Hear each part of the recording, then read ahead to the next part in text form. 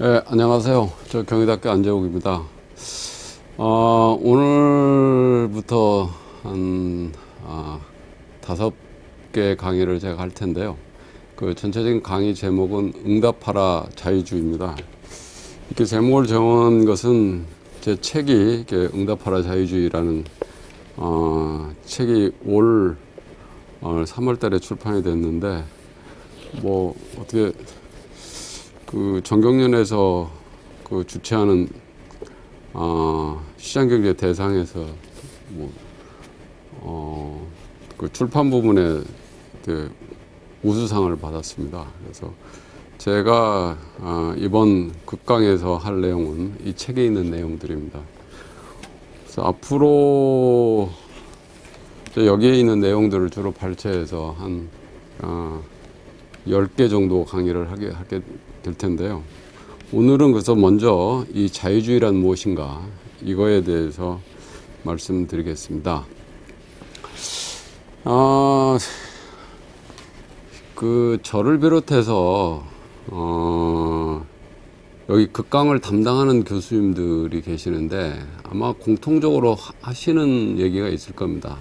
그래서 주로 이제 자유주의를 강조를 하는데 아마 그 여러분들이 왜 그 저를 비롯해서 여기 극강을 담당하는 교수님들이 왜 자유를 주장하는지 그걸 혹시 아십니까?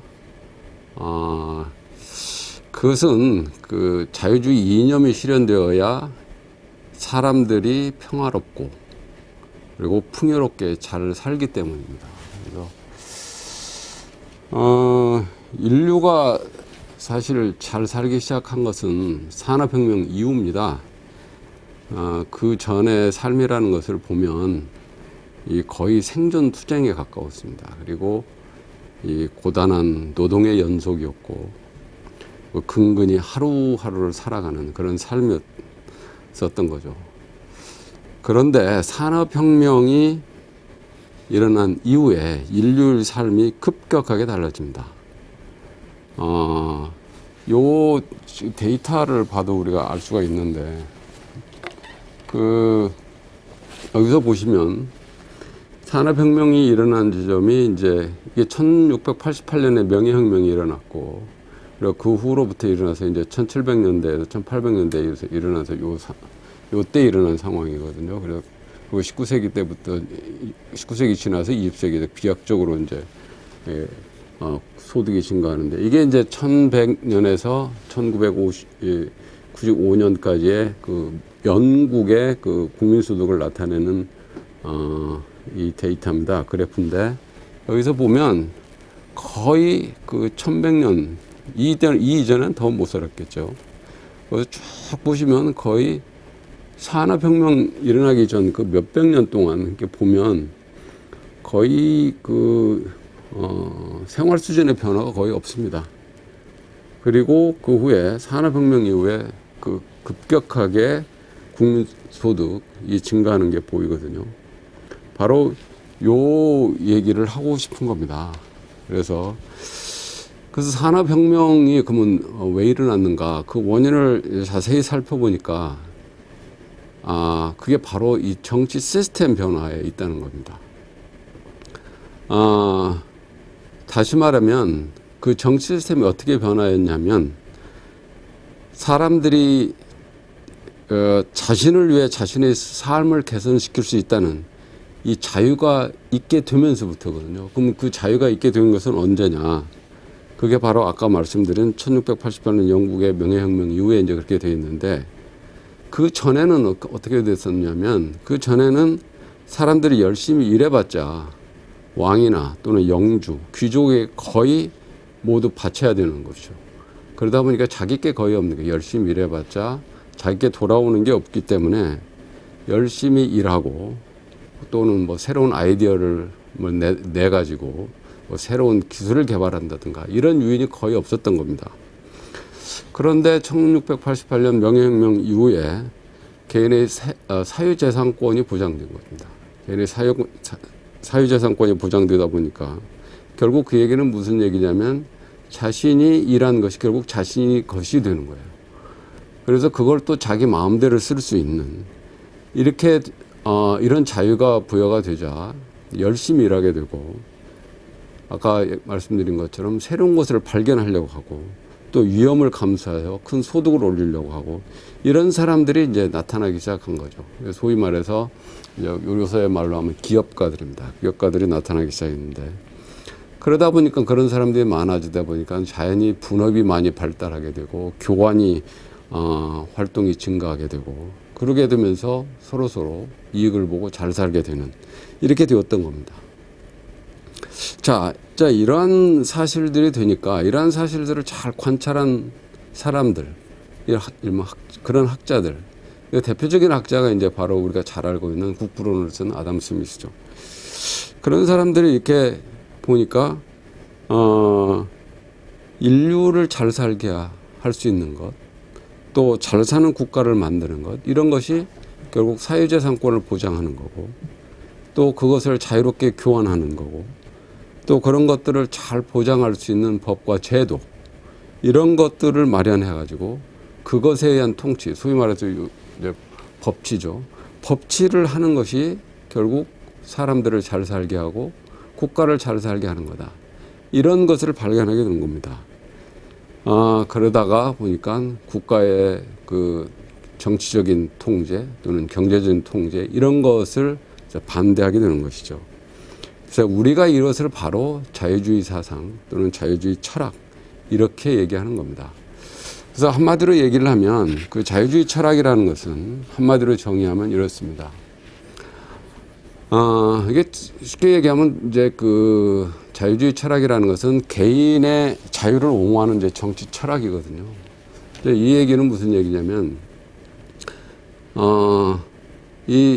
내 마음대로 내 인생을 살아가는 거예요. 그래서 내 마음대로 내 방식대로 나의 목표를 추구한다. 단 조건이 있습니다.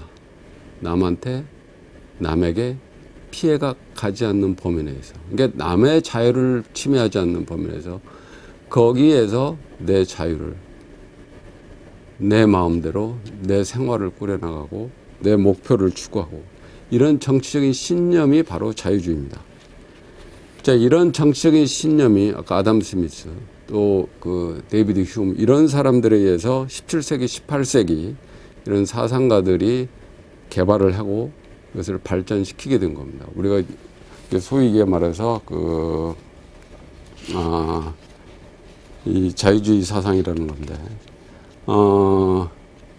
이 자유주의 사상이 출현하기 전 수세기 동안 어떻게 했었느냐? 개인은 국가를 위해 사는 존재라는 생각이 지배적이었습니다.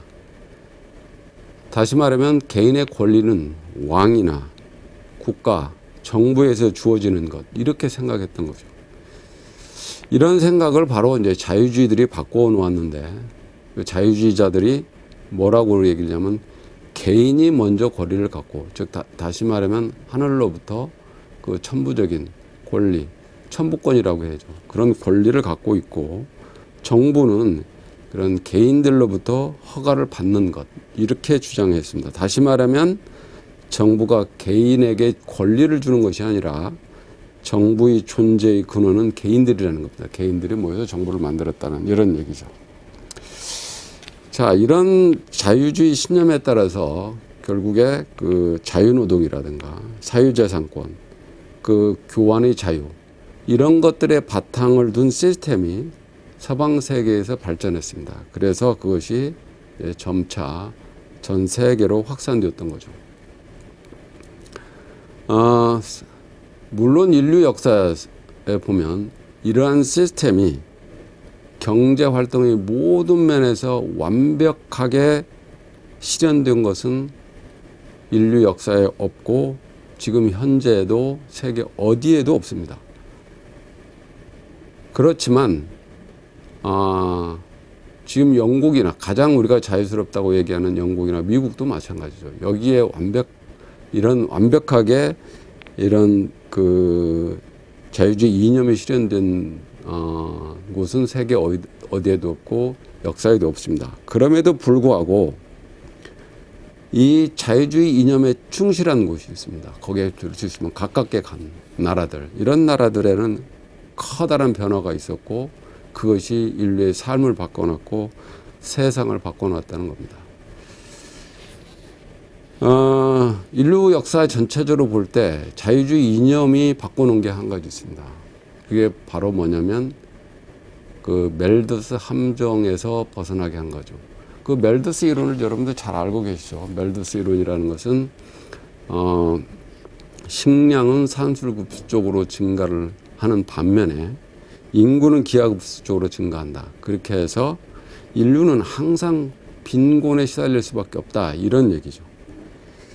그런데 이 바로 사유재산권이 보장된 후로부터, 다시 말하면 자유주의 이념이라는 것이 실현되면서부터 이야기가 달라집니다. 사람들이 열심히 일하죠. 열심히 일한 결과 인류의 생산력이 급격하게 증가를 합니다. 그래서 과거와는 비교할 수 없을 정도로 잘 살게 되게 됐고 생존율도 굉장히 높아졌습니다. 다시 말하면 1인당 소득이 지속적으로 증가를 했고 또 인구가 증가하면서 1인당 소득이 증가했다는 겁니다. 근데 다시 말하면 또 거기에는 뭐가 있었냐면 유아 사망률도 급감했어요. 그래서 인류의 수명이 길어졌습니다. 그 1000년 전에 보면 그 인류의 평균 수명이 한 30세 미만이었습니다. 근데 오늘날 평균 수명은 전 세계적으로 65세가 되고 고소득 경제를 보면 76세가 이제 넘게 되는데, 근데 과거에는 굉장히 그 오래 살지를 못했다는 얘기입니다. 근데 그것이 바로 이 자유주의 이념, 사유재산권이 들었으면서 소득이 증가하고 그러다 보니까 이제 인류의 수명도 굉장히 증가하게 됐는데, 유아 사망률을 보게 되면 5세 미만의 사망률이 19세기 후반까지 40% 있습니다. 그리고 오늘날에는 7% 미만이고, 그리고 고소득 국가는 지금 1%도 되지도 않는 거죠. 뭐 우리나라도 마찬가지였습니다. 조선시대 며칠 전에 우연히 제가 자료를 보다니까 조선시대 그 평균 수명이 뭐 30세 후반 뭐 이 정도였다고 그러던데. 그러니까 이렇다는 거죠. 우리가 돌잔치 한다든가 백일잔치 한다든가, 그 얘기는 무슨 얘기냐면 그만큼 유아 사망률이 많았다는 겁니다. 돌을 넘기기가 쉽지 않았다는 거죠.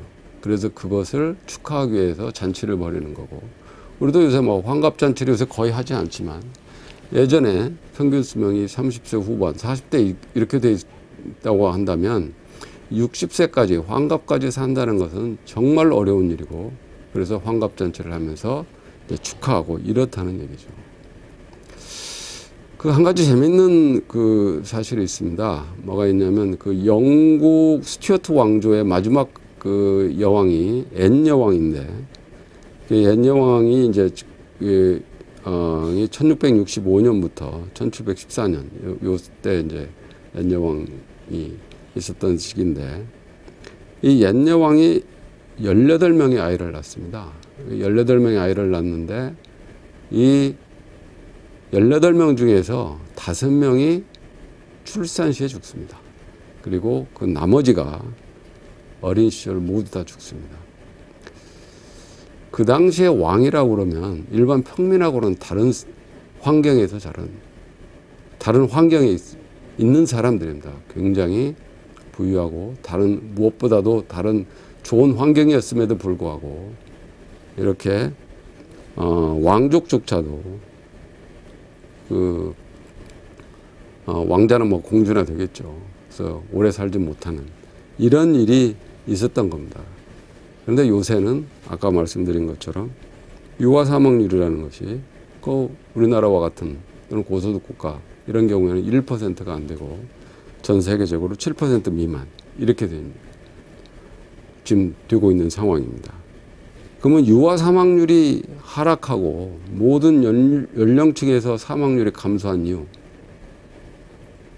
그것은 한마디로 얘기하면 잘 살게 됐기 때문이죠. 우리가 보면 우리 생활하는 데에서 굉장히 변화가 많습니다.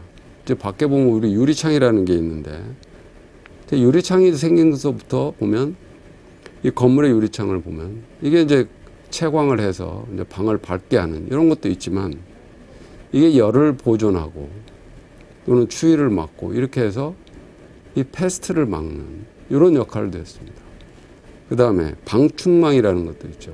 이것은 뭐 신선한 공기로 환기가 가능할 뿐만 아니라 이 병균을 옮기는 곤충이 들어오지 못하게 하는 이런 역할을 했죠.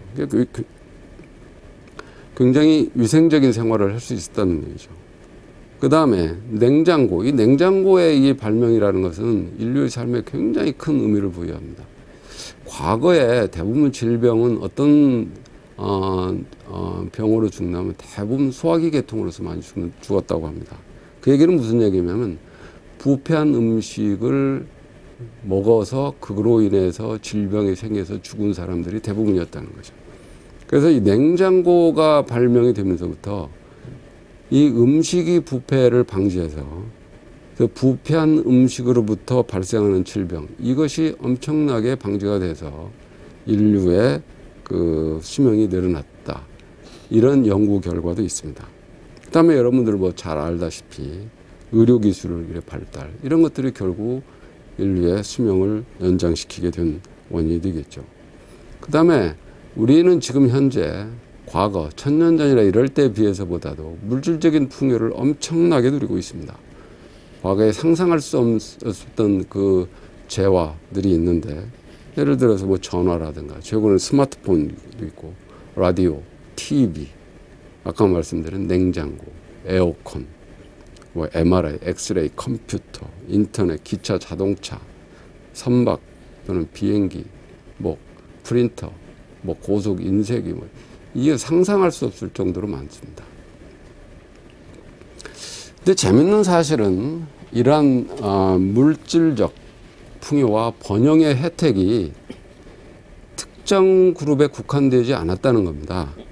이러한 번영의 혜택이 모든 사람들에게 돌아갔다는 거예요. 그래서 보통 많은 사람들이 이 자본주의를 잘못 이해를 하고, 나중에 뭐 다 자본주의에 대해서는 말씀을 드리겠지만, 이것을 잘못 이해를 하고 이 자본주의가 어떤 특정 그룹에 이로운 시스템이다, 이렇게 얘기를 하는데, 그것은 잘못 알려진 얘기고 오도된 내용입니다. 아까 말씀드린 것처럼 이러한 그 물질적인 풍요, 번영, 이런 것들은 사실 어떤 특정 그룹만 사용하고 있는 건 아니지 않습니까? 모든 사람들에게 돌아갔다는 거죠. 그런데 한 가지 예를 우리가 들여다보면, 지금 현재의 노동자들과 과거 봉건시대에 살았던 사람들과 비교를 하면, 그 봉건시대에 살았던 귀족들보다 지금 현재의 노동자들이 훨씬 더 부유하고 품위 있게 삽니다. 그 다음에 직접 생활과 문화 생활을 즐기고 있습니다. 우리가 과거에 보면 이런 지적 생활과 문화 생활, 이런 건 대부분 왕족이나 귀족만 할 수 있었죠. 그리고 또 한 가지는 이 현재는 소망을 갖고 있는 사람들, 이런 사람들은 얼마든지 자신의 지위를 향상시킬 수 있게 되어 있습니다. 자, 구체적으로 한번 좀 몇 가지 또 한 사례를 말씀드리면, 이 1886년 얘기인데, 이건 사실 최근에인데, 여러분들은 잘 아실 겁니다. 로스차일드라고 그래서 그 당시에 가장 전 세계에서 가장 그 갑부인 집안이죠. 거기에 그 네이선 로스차일드라는 사람이 로스차일드가의 를 일으킨 사람이죠. 1886년 7월에 이 네이선 로스차일드가 이 아들 결혼식에 참석하려고 독일 프랑크푸르트를 갑니다. 근데 거기에 프랑크푸르트를 갔다가 이 허리 아래쪽에 이 원인 모를 이 종기가 생기는 거예요. 근데 그 종기 때문에 59세로 사망을 합니다. 그래서 종기가 생겨서 그때 독일에 있는 의사를 데려다가 치료를 해도 안 나서요. 그래서 런던에 있는 자기 주치의에게 연락을 해서 주치로 하여금 프랑크푸르트로 오게 해서 거기에서 수술을 합니다. 그래도 안 나서요. 그 얘기는 뭐냐면, 다시 말하면 150년 전만 하더라도 아무리 부자라도 이 박테리아에 의한 병에 걸리면 항생제 치료를 받을 수 없다는 겁니다. 요새 같았다고 한다면 그 항생제 한 방이면 그냥 바로 나을 수 있는 종기인데 그 당시에 나을 수 없다는 겁니다. 그 얘기는 뭐냐면 아까 말씀드린 것처럼 지금 현재 많은 노동자들이라는 일반 서민들이 과거에 뭐 봉건시대의 귀족이라든가 150년대에 그 돈 많은 사람들보다는 훨씬 더 잘 사는 환경에 있다는 거죠. 그 다음에 과거에 보면 한국에서 미국까지 가려면은 수개월이 걸리죠. 배를 타고 가야 되죠. 그래서 수개월이 가는데 굉장히 위험하죠. 근데 지금은 어떻습니다? 한 14시간, 16시간이면 비행기 타고 가지 않습니까? 그리고 훨씬 안전하게 가고 있죠. 그 다음에 과거에는 극소수 부자들만이 진짜 풍요롭게 잘 살았습니다. 우리가 보면 영국의 옥스퍼드셔에 있는 블레넘 궁이라는 데가 있고, 프랑스의 볼텐블로 성이 있고, 미국 노스캐롤라이나 애쉬빌에 있는 빌트모어 하우스, 런던 버킹엄 궁전, 프랑스 베이사리 궁전, 이런 거 굉장히 화려하죠. 거기에 웅장한 건축이 있고, 가서 보면 정원, 카펫, 뭐 가구, 도자기 굉장히 화려하고 멋있습니다. 그러나 오늘날의 집보다는 결코 편안하지 않습니다. 냉난방이 잘 되지 않아서 여름과 겨울 나기가 진짜 불편하고, 그 다음에 화장실 시설 이런 것이 잘 되지 않아서 지금 오늘날의 서민들의 집보다는 위상적이지 않고 오물로 가득 차고 냄새가 진동했던 그런 나라입니다. 그랬었던 겁니다. 그리고 17세기나 18세기 목욕탕은 소위 극소수의 부자들만이 들을 수 있는 사치였던 거죠. 그리고 그 당시에 뭐 어느 나라든 간에 보면 런던도 그렇고 파리도 그렇고 뉴욕도 그렇고 북경, 뭐 우리 뭐 조선의 한양도 그렇고 뭐 벼룩이 이런 벌레들 이런 것들이 득실득실했던 거죠. 거기에 비하면 그 당시에 뭐 현재에 비하면 훨씬 더 위생적인 환경에서 우리가 살고 있는 겁니다. 그 다음에 또 한 가지는 과거에 비하면 동서양을 막론하고 이 교육이라는 것은 극소수의 부자물이었습니다. 여러분들 잘 알다시피 우리나라 조선시대 때도 이 사서 삼경을 읽고 시를 짓고 뭐 그거 갖고 또 토론하고 이러는 것들은 전부 다 양반의 전유물이었습니다. 그런데 지금 한번 보십시오. 지금은 누구나 관심이 있으면 자기가 관심 있는 분야의 전문서적을 읽고 그걸 가지고 글을 쓰고 또 토론하고 이렇게 참여할 수 있습니다. 이렇게 세상이 변한 겁니다.